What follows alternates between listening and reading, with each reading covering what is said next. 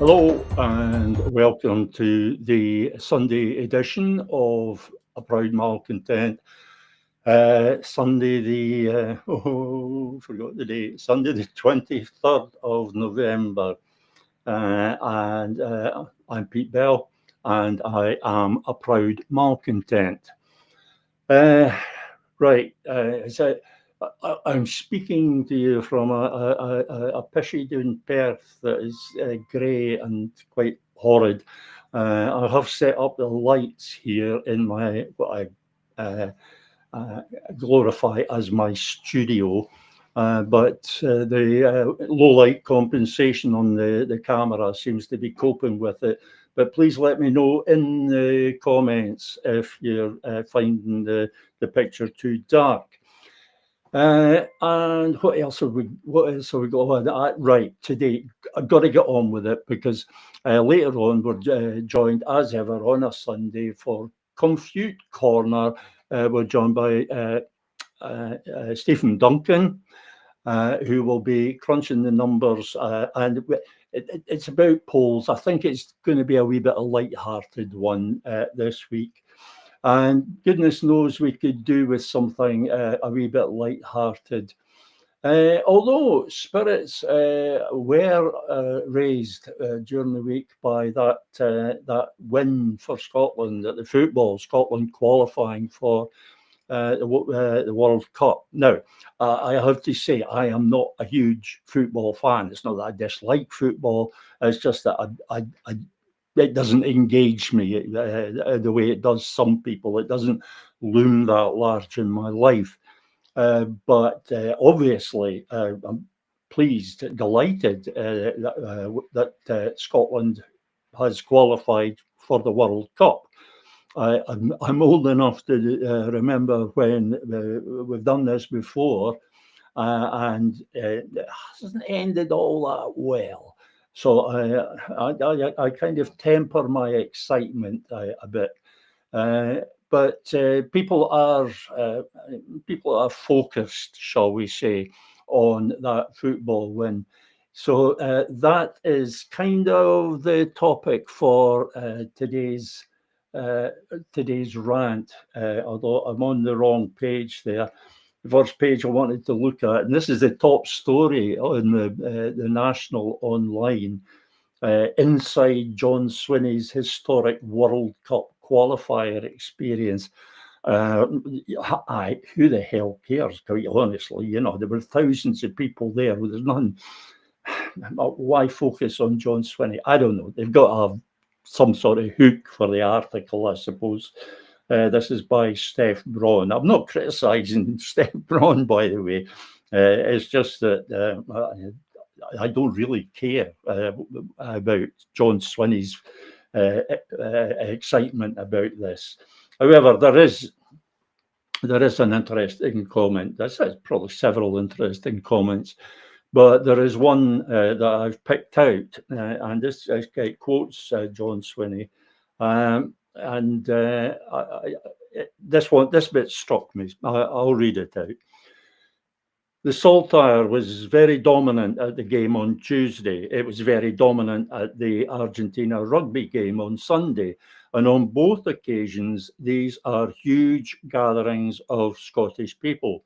And the Saltire was a fundamental part of bringing us together, a symbol of inclusion. And that's what it is. The vast numbers of people who are holding on to the Saltire as a symbol of inclusion and togetherness at these sporting events are in stark contrast to the literally handful of folk trying to use the Saltire for a different purpose. I think we've got to keep a sense of perspective about that. These are a tiny number of people who are ill using the Saltire, whereas tens of thousands of people are going to sporting events and are holding the Saltire as a symbol of inclusion and togetherness. I think we should celebrate that.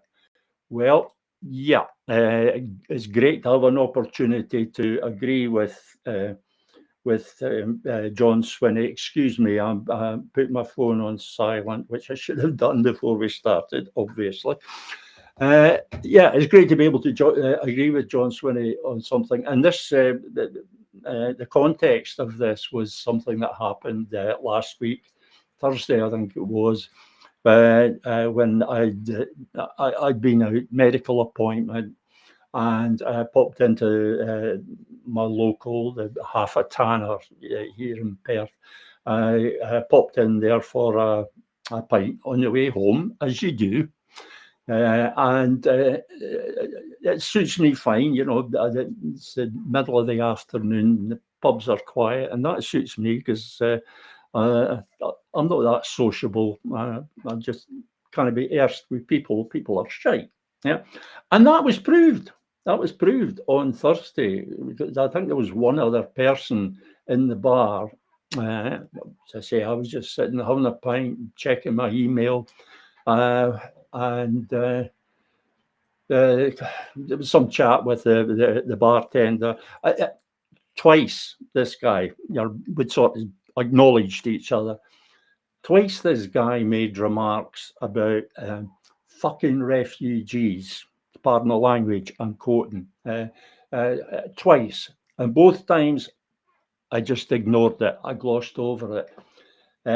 The third time, and I will make an excuse for myself here, I was kind of primed for this because I'd been dealing with idiots online all morning. And so the third time this guy made a reference to fucking refugees, I just had to go in there. I wish I didn't. I really, afterwards, I really wish I hadn't, because these idiots really don't deserve your attention, and it's a total waste of time, as I discovered. Their position makes absolute nonsense that all their troubles are caused by these refugees. This tiny, and relatively very, very tiny number of people, all of whom are by definition powerless and penniless, but they are somehow the cause of all our problems. And the super rich, the 1%, they're just ignored. They don't have anything to do with it. And I tried to make a point, the point about Brexit and the Dublin Accord. And I asked him, I knew the answer right away, but I asked him how he voted in the EU referendum, and he admitted, well, he stated quite proudly that he'd voted leave. And I said, well, do you know that you're the cause of all these refugees having to be put up in hotels? No.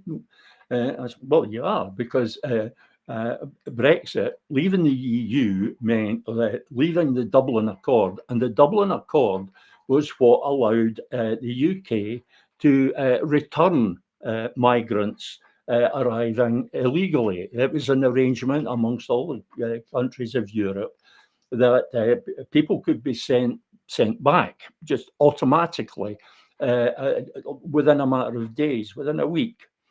But that accord finished. The UK was no longer part of that. So what happens now is that these migrants arrive, and they've got their cases have got to be considered. There isn't a way to send them back, not immediately, and often it goes to court. The cases have to be assessed. And of course, this is a task for the government, a government agency. So naturally, they make a total arse of it, and it drags out and it drags out. So in the meantime, these refugees have to be put up in hotels. Now, I explained all this to the guy, and then it simply did not get through. It did not penetrate. He could not take in that information. He was incapable of taking it in because it contradicted this simple idea that he got in his head. It was simple. And it occurred to me, this was at the time, it occurred to me that this was an ideal situation for the likes of Farage. Now, Farage, he's a deft manipulator, yeah, but he's the front man for some pretty dark forces that are working behind him. So when we talk about Farage, we're talking about in a sort of metonymic sense. He represents these dark forces. I'll say no more than that. And if I was given to conspiracy theories, I would I would say that this taking the UK out of the EU and out of the Dublin Accord, it was all part of the plan. It created the situation where we have hotels full of refugees, migrants, and Farage taking advantage of that, using it to trigger idiots, the likes of I was talking to in the pub, these people who are looking for somebody to blame. And I would have thought, oh yeah, that looking backwards at it, it looks as if that was planned. It probably wasn't. It almost certainly wasn't, but it certainly looks that way. And there is absolutely no doubt that Farage is taking advantage of it, and this guy just brought it home. But as John Swinney says, we've got to keep it in proportion. These people loom large because they're noisy and because they're so objectionable and because they're just so stupid. They tend to loom very large. But actually, there's a tiny number of them, a really tiny number of them, and we shouldn't really be that bothered by them. Although I admit that guy bothered me. It's been preying on my mind ever since, and mostly it's preying on my mind because I feel so stupid about having engaged with him, having spoken to him at all about this. I should have just ignored them as I did at first. I should have continued to ignore them. However, it happened. We'll put it down to experience. And I suppose these people have to be challenged. Right, next up is well, all our commentators are, of course, latching onto the football and examining it minutely, dissecting it, and we're trying to figure out what meaning it has for the constitutional issue and for the economy and culture and everything else. And I spotted Mike Small's one today, and I have to admit, these days I find Mike Small's articles quite interesting, if a bit wordy. I know I'm a hard neck saying that, but yeah, a bit wordy. Also, I should note that normally I would recommend that you avoid any article that mentions Caledonian anti-syzygy. They're definitely for avoiding. And I don't doubt that other commentators are in the game as well. Jerry Hassan and Pat Kane, as well as Mike Small. But with those three, it's very much a case of pick one from the three. Maybe two, but pregnant women and people with a pre-existing condition should consult their GP before embarking on any two of these. And if you attempt the three, that's just showing off, and it's reckless, and just don't do it. So Mike Small, what does Mike Small have to say? He's had quite a lot. Where have I got what's highlighted here? Yeah. I had to skip over quite a lot of stuff just to get a bit. There's a lot of stuff in there. It's a long article. It's a long read, but I give it a try. Give it a try. The bit that I've picked is this. And as I read it, I'll maybe remember why I picked it.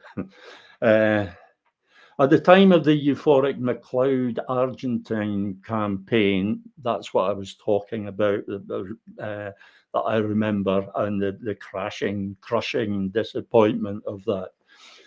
At the time of the euphoric MacLeod Argentine campaign, the reality was that the idea of Scottish independence was a sideshow for cranks. It was not something that anyone really took all that seriously. Fast forward to today, and the fact that the national team carries the hopes and dreams of the country on their backs has an entirely different resonance.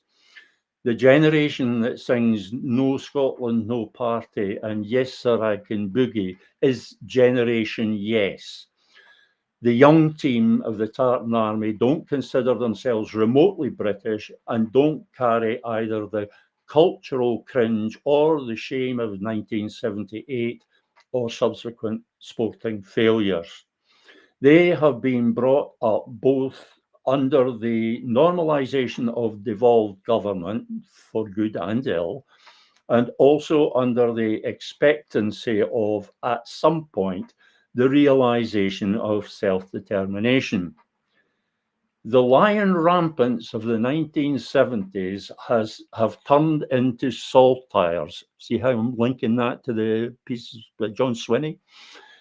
The lion rampants of the 1970s have turned into saltires. They have been brought up not under the crushing weight of cultural and political self-doubt, but under the crushing reality of broken Britain. From the cruel failures of post-Thatcherite neoliberalism or the collapse of meaning of British institutions and failed government, to usurp Irvine Welsh's classic line, it's shite being British. Well, I wouldn't know, Mike, as I've never been British and I never will be. However, I take his point, and it relates to what John Swinney was saying, and that there is this whole new generation, and that they don't see things the way that we have seen them, and they don't react to things the way that we might react to them. We are not of that generation, and basically it's a rule that we simply don't understand our children, and they are different. They see things differently. But while the generation has changed, and why, as Mike Small makes this point, the people have changed, and the attitude of people has changed. These generation, yes, people who have come up, have grown up in the situation that we are in now. Their attitude is theirs. It's not ours. So they might not react to that guy in the pub the same way that I did. They might not react to him at all. They might have just laughed at him. I don't know. But they are, aside from the nutters that are abusing our national flag, contaminating it with their hate. These are the people who just think it quite natural that the saltire represents them. They don't feel, they're not in the slightest bit self-conscious about flying the saltire, as perhaps some of us were in earlier years. So there is that difference, but there isn't there always a but. And the but of this is that while people have moved on, this new generation has moved on, the world in which they live really hasn't. It really hasn't. Moving to an article by Col McHale. I'm not familiar with Col McHale, but he is writing, and it's an article which I don't think mentions football at all. So we're getting away from that. But it's about the most modern workers. It's latest to be betrayed by government. Yeah, know what you mean. And Col McHale's point, I've also highlighted some passages here which I think, convey what he's trying to say. Here at the top, Scotland is suffering a renewed wave of deindustrialisation, and Mossmorton is only the latest major employer to close its doors. Well, I think we all recognise that there is this phase of deindustrialisation to many of us with the closure of Grangemouth and now the threat of Mossmorton. This is so reminiscent of what was going on in the Thatcher era. It's so reminiscent, it's painful that this can happen again, and we're powerless to stop it, or so it seems. So we have this whole new generation with a whole new attitude, a whole different attitude, but the world isn't paying any attention to them. The world is just staying as it was. Taken together, back to Colm McHale's article, taken together, ExxonMobil, that's Mossmorton, and Shell, that's Petroflex, that's the one in Aberdeen. Their actions encapsulate the consequences of Scotland's dependence on foreign direct investment. It was, for example, in a Texan boardroom rather than Holyrood or Westminster that the decision was made to cut Mossmorton's workforce loose. Ultimately, multinational corporate actors have no stake in the future of Scotland's energy transition, but all the power to determine its direction. That very much sums up the situation. We are very much at the mercy. Our politicians celebrate foreign direct investment as if it was some great boon, as if it's part of their success story that they've got this foreign direct investment. But foreign direct investment isn't about putting money into Scotland. It's about taking money out. And it's wealth extraction. And Scotland is being bled dry. We're being bled dry by two parasites, Westminster and everything that Westminster represents, and Westminster's clients, which are also now the clients of the Scottish government, which are these massive multinational corporations, the likes of ExxonMobil and Shell. They are the parasites which are sucking us dry. And Scotland is particularly vulnerable to this because we do not have the power to stop it. As an independent nation, we would, of course, have some power. We could take back some power, but as a colonized nation, as an annexed nation, all the power for that lies with Westminster. We are powerless. We can't do anything about this. And so we will continue to be sucked dry until all that's left is a husk. That is our future. As things stand, that is our future. And do not look to John Swinney and the Scottish government to rescue us from this, because they simply don't have the guts to do it. They don't have the guts to stand up to these forces, the forces represented by Westminster and these multinational corporations.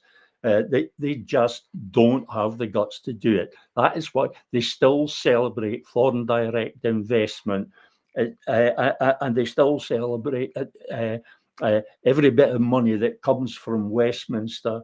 It's just entirely the wrong attitude, and it's not in keeping with that changed attitude that was highlighted in Mike Small's article. Last bit, time's getting on, and we need to get over to Stephen and Compute Corner. So just this last bit from Colm McHale's article.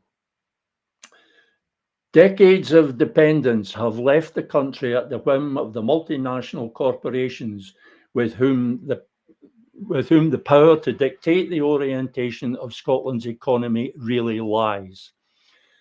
Early this week, the Ferret revealed that the Ministry of Defence was considering the site of the Grangemouth oil refinery for a new arms factory. One cannot help but think that if our politicians put half as much effort into socially useful economic planning as they do into accelerated rearmament, Scotland's workers would be infinitely better served. Well said, Colin Cale. There's something here. There's something between these three articles. There's something meaningful, and it's as if it's just beyond the horizon of conscious thought. There's something in there. You get that feeling that there's something in there that the people are going. There's something meaningful in all this, and I just can't quite get it. All the stuff about saltires, there's a deeper meaning in there than just the flag.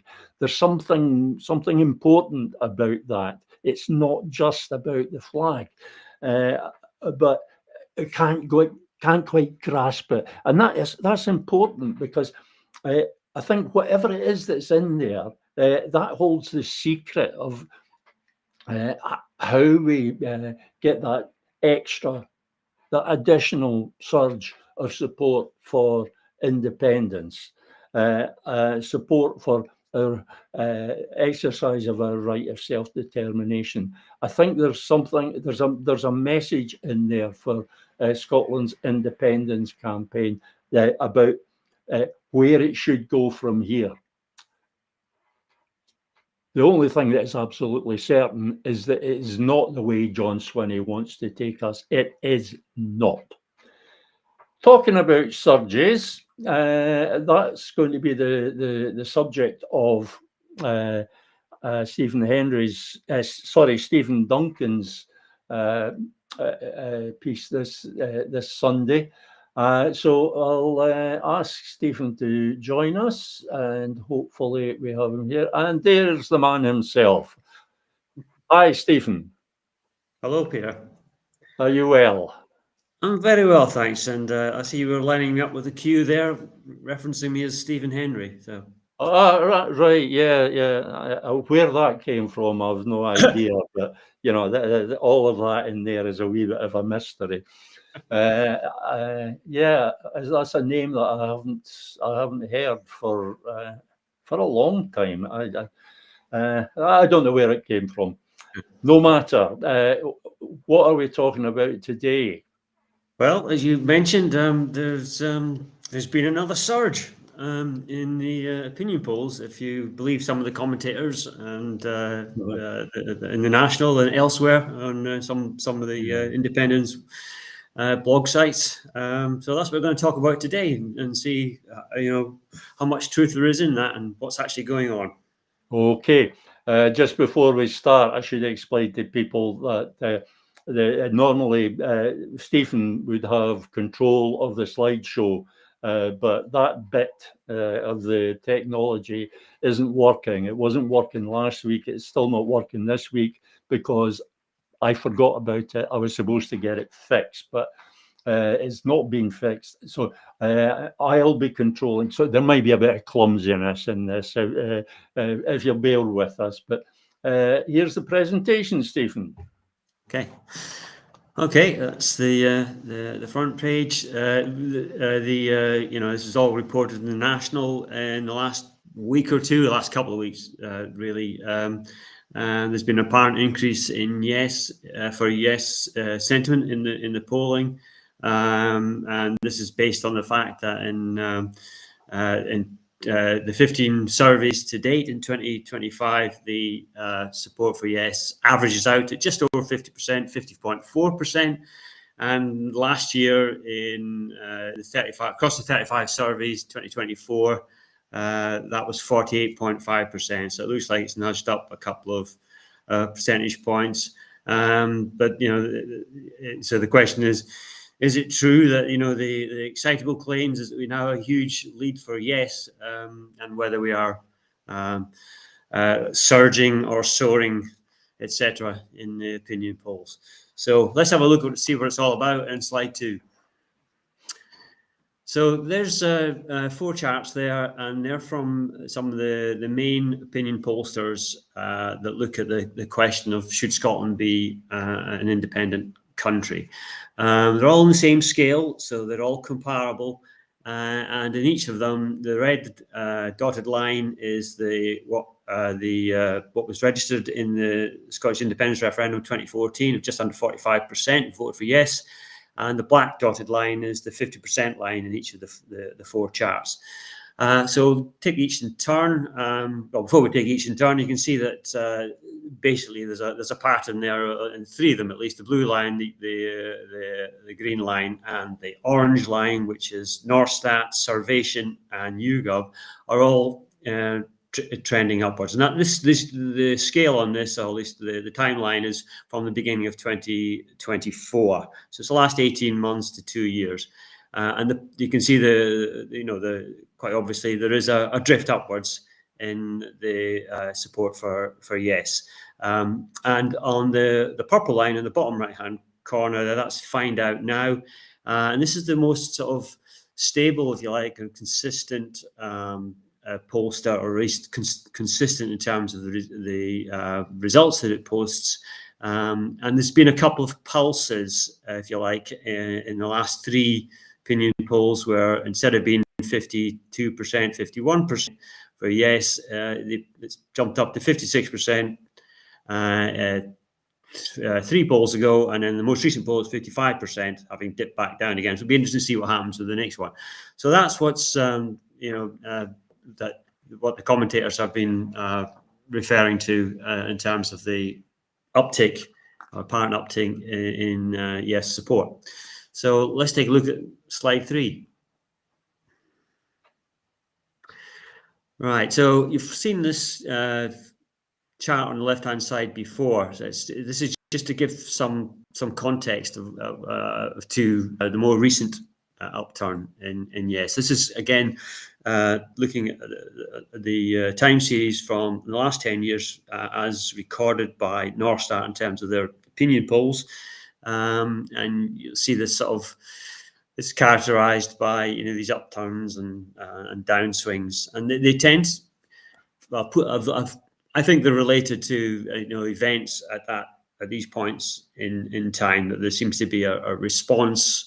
The uptick can be explained in terms of some of the events that are going on at these different points in time. For example, at the tsunami election, you see there's an uptick in yes support. Similarly, when the EU referendum occurs in mid-2016, when Brexit happens at the beginning of 2020, the pandemic, and then UK Supreme Court ruling. So there's quite a, you can relate the upticks pretty much to these events. It occurs to me, Stephen, that we can therefore expect a bit of an uptick relating to the football victory. Right. That notably has an effect on the support for independence, and be cautious about it, I think is the message. But you will be expecting that uptick, I take it.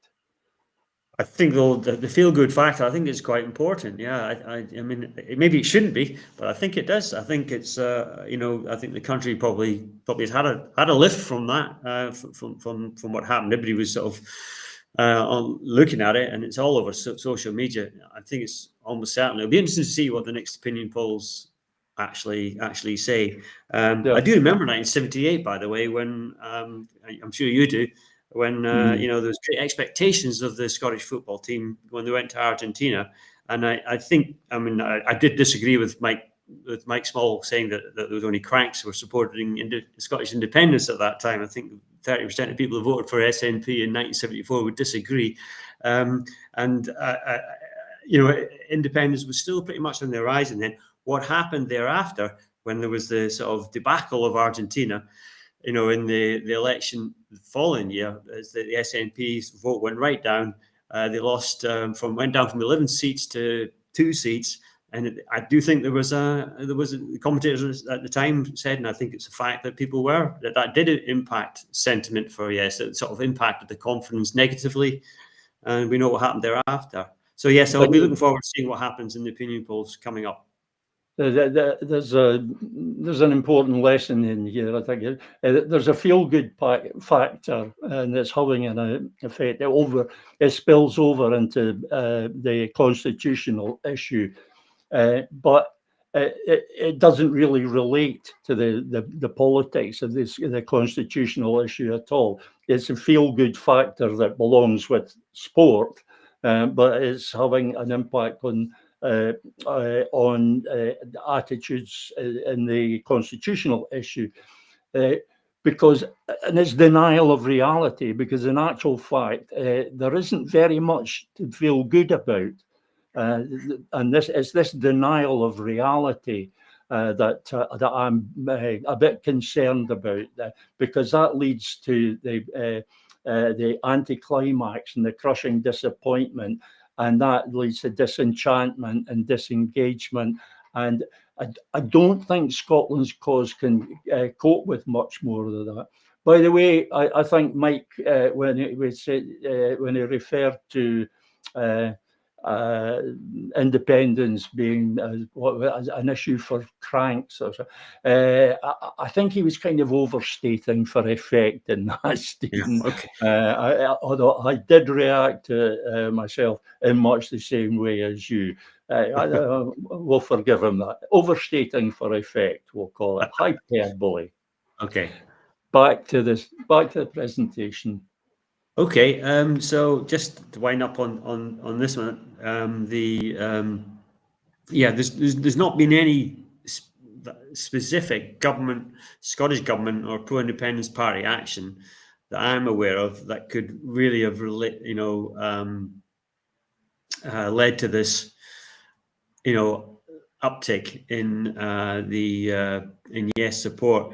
I'm just wondering to myself, pure conjecture, is it, could it just be that because we're heading towards, an election, that, there's some expectation amongst people that, the Scottish government will take some action as they approach Holyrood in 2026, or will take some action afterwards, as if, as expected, the SNP do get returned with maybe with a majority of when you include the Greens and others, perhaps.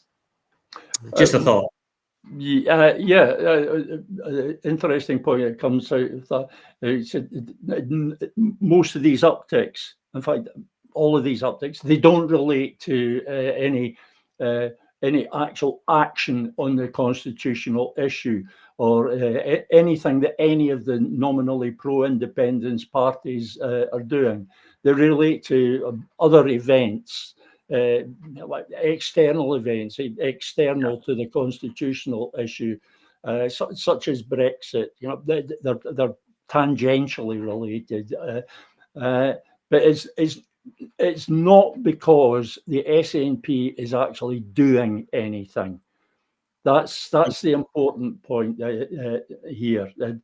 And if you're right about the present uptick being relating to this expectation that an SNP government after the election next year is going to do something, then again, we're back to that anticlimax and crushing disappointment, because we know for a fact that they are not going to do anything. So we're headed for the rocks on this, I'm afraid, and that's why these upticks in the polls don't impress me. I'm very, very wary of them, because they don't relate to anything that is being done in the politics. Incidentally, talking about they don't relate to anything that's being done in terms of campaigning. You'll notice that Believe in Scotland is running another crowdfunder. There's big headlines. They got £80,000 or something. And I did wonder in a comment on that article in the National, I did wonder how all this money is being spent, and what the people are getting for it. Because I estimate there's no publicly available information on this, but I estimated that Believe in Scotland, since its inception in I can't remember, but they must have raised somewhere in the region of £250,000, £300,000. And what has that got us? You know, this is an organisation that is supposed to be campaigning to persuade people to support independence. So I did one of my quick calculations, you know, one of the kind that make statisticians like yourself go, ooh. And I took the 7 polls straddling the foundation of Believe in Scotland, and I took the average of those 7 and compared it with the average of the 7 most recent polls, and there was literally no difference. It was 1.14. Strangely, that figures is stuck in my head. The difference was 1.14 percentage points, which is meaningless in terms of polling because there's this plus or minus margin of error. So that's £300,000 that's been spent on campaigning, and not just the money, but all the activity of Believe in Scotland as well, and it has achieved nothing. Absolutely nothing. And so this again relates to your comment there that these upticks in the polls don't relate to political action on the constitutional issue. It relates to external events like the football. Yeah, agreed. That is a point worth dwelling on, I think. Agreed. So that said, what is the underlying root cause of this sort of drift upwards? Maybe the next slide will cast some light on that. So we've got a number of charts here. Let's look at the left-hand side one first, the green and red, one with the green and red bars. So what is driving yes? The green bars, by the way, on this are the percentage in favour of yes. The red bars are those in favour of no. So there's a few demographics here, and I'll just try and bring out the first few or a few points here. And essentially what it's telling us is that the under 35s are heavily in favour of yes. We've known this before, but it's saying that around about 73%, at least according to this poll, the Norstat poll from September, 73% of people under 35 are in favour of yes. And especially women, they're 75% in favour. So 3/4 of women in this age bracket are in favour of yes. So that's quite a difference from, say, 10 years ago, or in the run up to the referendum itself. What else is it telling us?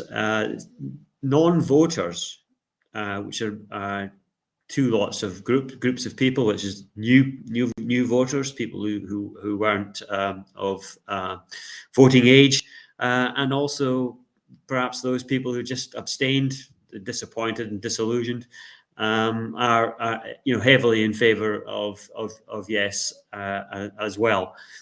What's the percentage on that? It's can't quite make it out, the percentages, but it's heavily in favour. You can see that from the green bars. Maybe 70% of those are in favour of yes.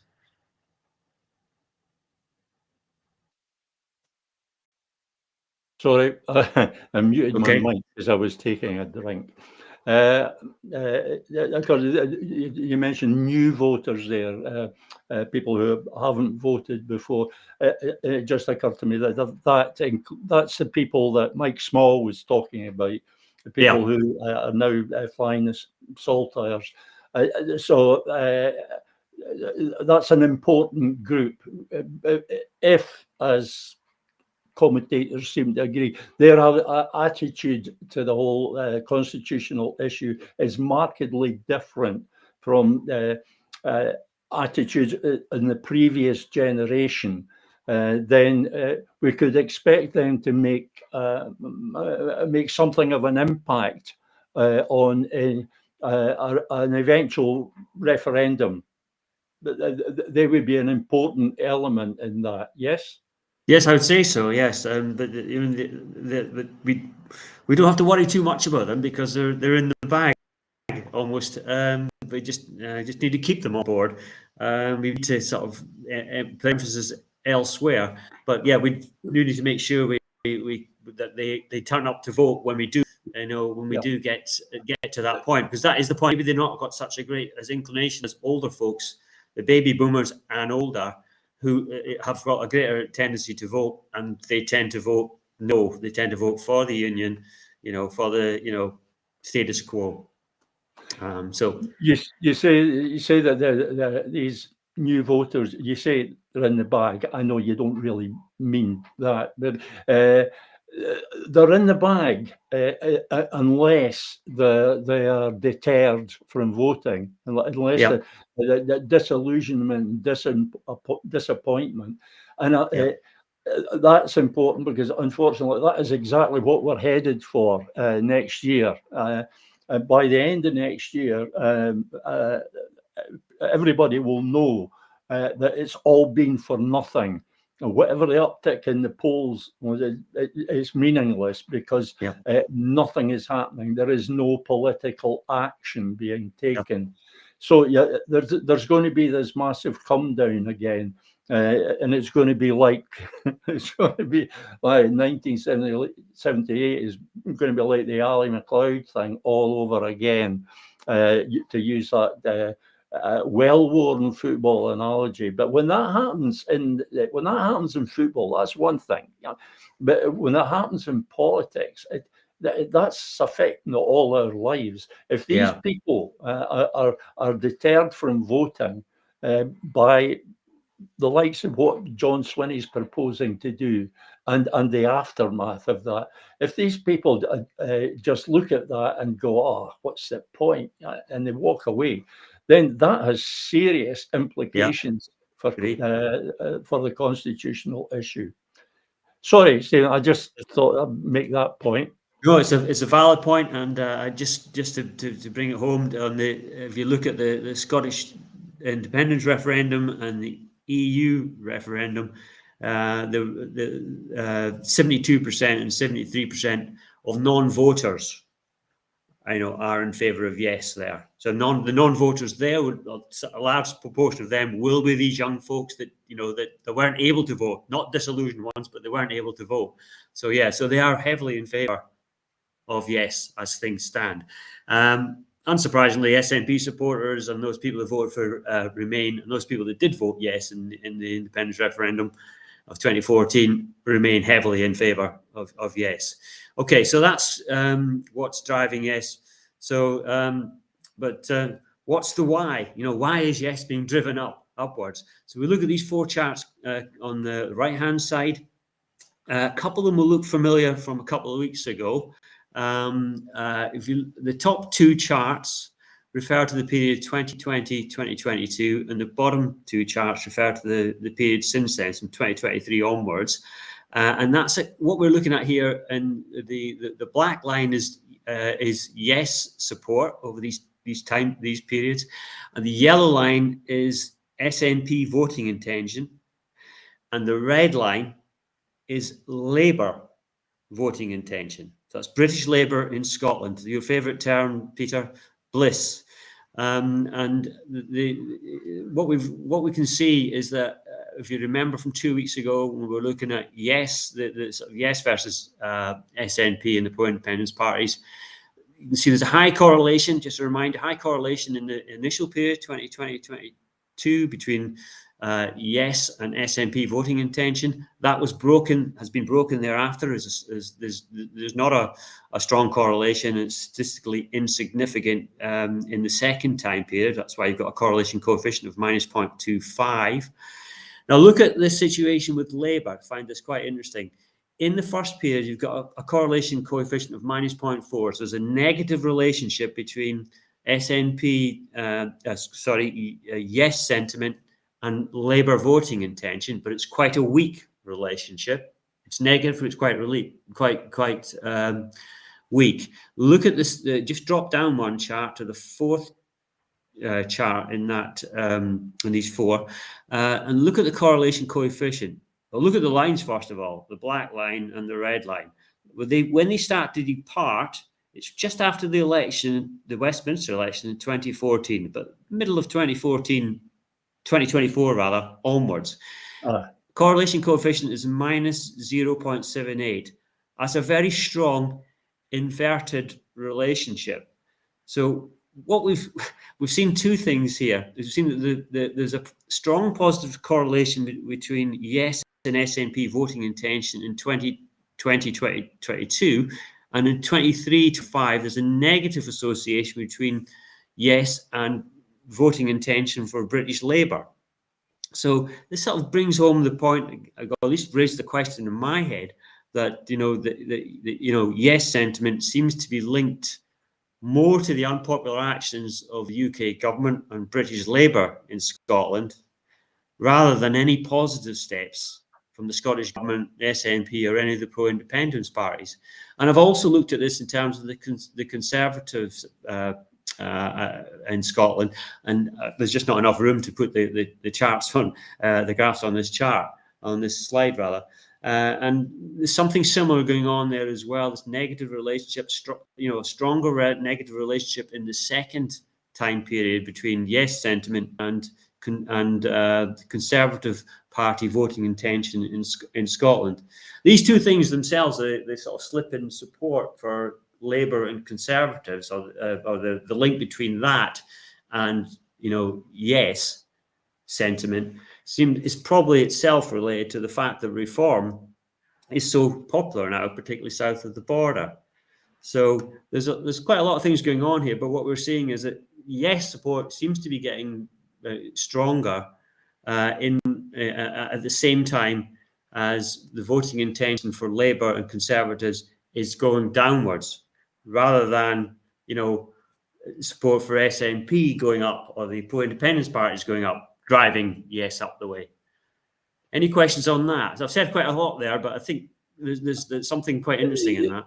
There is definitely something interesting there, and people won't be surprised that my takeaway from that is that again, any upticks in the polls, it's not related to anything that the SNP or the Scottish Government or the independence campaign in general is doing. It is not related to anything there. It's related to external events such as the football, but other things as well. Let's not dwell too much on the football.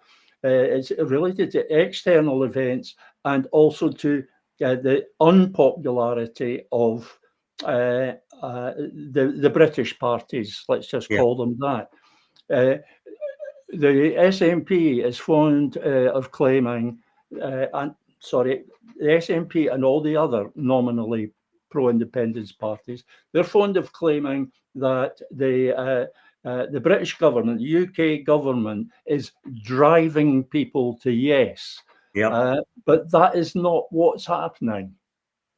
People are not being driven to yes at all.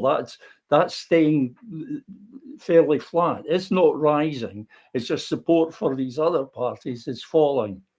Am I getting that right? I think yes is going up a little bit, but I think there seems to be a correlation between that and support for the other parties falling quite dramatically. It's not because, you see normally what you would see is support for SNP is going up, or the other parties that historically it's been SNP is going up, support for yes goes up. That has not been the case for the last almost 3 years now. That relationship seems to have been broken, but we are seeing a definite association, let's just call it that then, association between the voting intention for the British parties going down and yes sentiment drifting upwards. So I think there's a factor here. People are just scunnered with the British Party. What's happening south of the border? What's happening with the British Party up here? And the fact that they're linked to the reforming down south. Well, I know reforms going up here as well, but I think there's probably a stronger effect, scunner effect of, we don't want to be like that. We don't want, most people in Scotland don't want to have a reform government in Westminster. That said, it's still increasing in Scotland as well, but I do think that it's multi-layered, I think, but I do think that the relationship is that, with the traditional British parties is that people are scunnered with them, and they're thinking, well, maybe we can get out of this because the SNP government are going to do something after Holyrood 2026, which will probably be a mistake in their thinking. No, I thought here it's not just the case that the Scottish government, the SNP, the Scottish government, the independence movement in general hasn't done anything to win this increase. It may actually be that their failure to do things is failing to add to the increase. That imagine if there was that dropping off of support for the British parties, having that positive effect on yes, but a very slight positive effect on yes. Imagine if you added to that the effect of the Scottish government actually doing something, taking political action. That is what's needed, in my mind, in order to make that yes line spike upwards. Yes, steeper and sustained. I agree. Yeah, that's the missing factor. It's action is the missing factor. I'm sure of it. What else could it be? Anyway, that has been quite fascinating. I thought it was going to be just slightly entertaining, but it's actually been quite fascinating. There's some serious stuff come out of that. I will remind people that the Stephen's presentation, the slideshow, will be available to download for when this live stream goes online as a podcast. There will be a link to download the slideshow, if I remember. If I don't remember, page. If I don't remember, I dare say somebody will remind me. Probably Stephen. Once again, Stephen, thank you. This is a lot of food for thought there. Thanks very much. Okay, right. And that's Stephen gone for the moment. He will be back next Sunday with another Confute Corner. And like I said, there's a lot to take from that, and it definitely seems, it just seems so obvious that what is lacking here is the Scottish government actually doing something. The only things that are affecting support for yes are external things, the things that other people are doing. The things that the British government are doing, and things like the football and reactions to things like the closure of Grangemouth. These are all things over which we in Scotland have no control. It's either controlled by Westminster or it's controlled by these multinational corporations, none of which have any interest in Scotland prospering in the future. We are simply a resource to be used. That's what colonies are. So all these people who say that Scotland is not a colony, I would remind them that we are being treated very much as a colony, as a resource to be used. Leaving that for the moment, I have to say that I'll be back with you on Wednesday. And on Wednesday, we have a guest joining us all the way from Australia. And he'll be talking to us about the diaspora and the campaigning by the diaspora, at least in Australia, but I suspect it would relate to the rest of the Scottish diaspora as well. So that's on Wednesday. And obviously there'll be other things as well, but we will be talking to a guest, and he will. Stephen Duncan doesn't count, but I think this will be the first time that we've had a live guest, and hopefully that will encourage others to join us, to ask for a link to join us live for a discussion. For the moment, it's time for me to say goodbye.